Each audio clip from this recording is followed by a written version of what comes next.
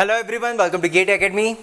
जब बात होती है इलेक्ट्रिकल मशीन की, तो इलेक्ट्रिकल मशीन में बहुत बड़े बड़े टॉपिक्स और उन टॉपिक्स में बहुत सारे फॉर्मूलेस जब हम पढ़ते हैं उस समय तो हमें लगता है कि हाँ ये फॉर्मूलेस हमें याद हो रहे हैं, बट कुछ टाइम के बाद मान लीजिए इलेक्ट्रिकल मशीन खत्म हो गया, आप पावर सिस्टम पढ़ रहे हैं और उस समय जब आप इलेक्ट्रिकल मशीन के फॉर्मूलेस याद करने की कोशिश करते हैं तो आपको याद नहीं आते। तब आपको होती है टेंशन कि अरे ये फॉर्मूलेस तो याद ही नहीं आ रहे, ये अभी नहीं आ रहे हैं तो एग्जाम में कैसे आएंगे।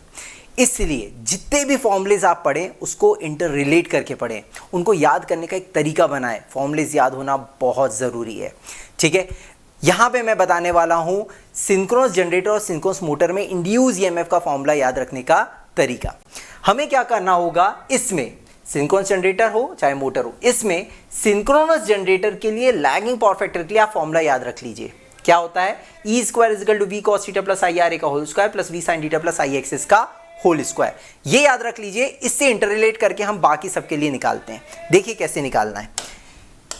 ये तो हो गया किसके लिए, that is lagging power factor के लिए।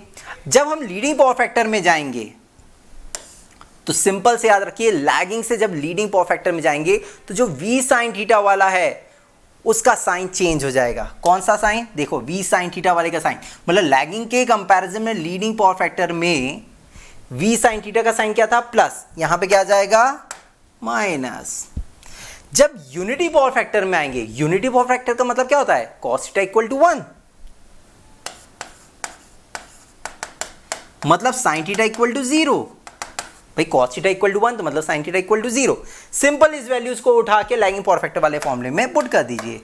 ये हो जाएगा that is E square is equal to V cos theta equal to 1 plus I A R A का whole square plus sine theta equal to 0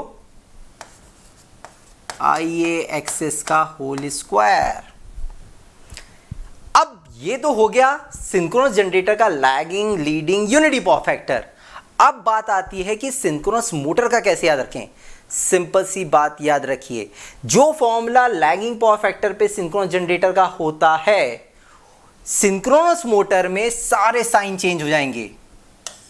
सारे साइन चेंज हो जाएंगे मतलब प्लस की जगह माइनस, प्लस की जगह माइनस, माइनस माइनस। तो ये हो गया that is lagging power factor पे सिंक्रोनस मोटर का फॉर्मूला। अब जब हम लैगिंग से लीडिंग आएंगे, यहां पे जब लैगिंग से लीडिंग आए थे तो हमने क्या बताया था, जो वी साइन थीटा वाला टर्म है उसका साइन चेंज कर दो, प्लस की जगह माइनस। सिमिलरली सिंक्रोनस मोटर में भी जब लैगिंग से लीडिंग में आएंगे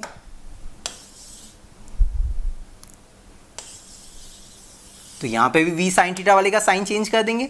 वी साइन थीटा वाले टर्म्स का साइन चेंज करने का मतलब क्या है, V sine theta minus I Xs था, इसमें हम कर देंगे V sine theta plus I Xs. ये फॉर्मूला होता है लीडिंग पावर फैक्टर पे, लीडिंग पावर फैक्टर पे सिंक्रोनस मोटर का फॉर्मूला।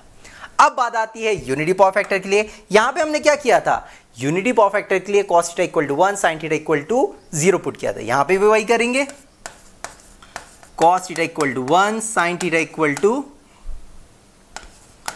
0। किसमें, लैगिंग पावर फैक्टर वाले फॉर्मूले में पुट कर देंगे।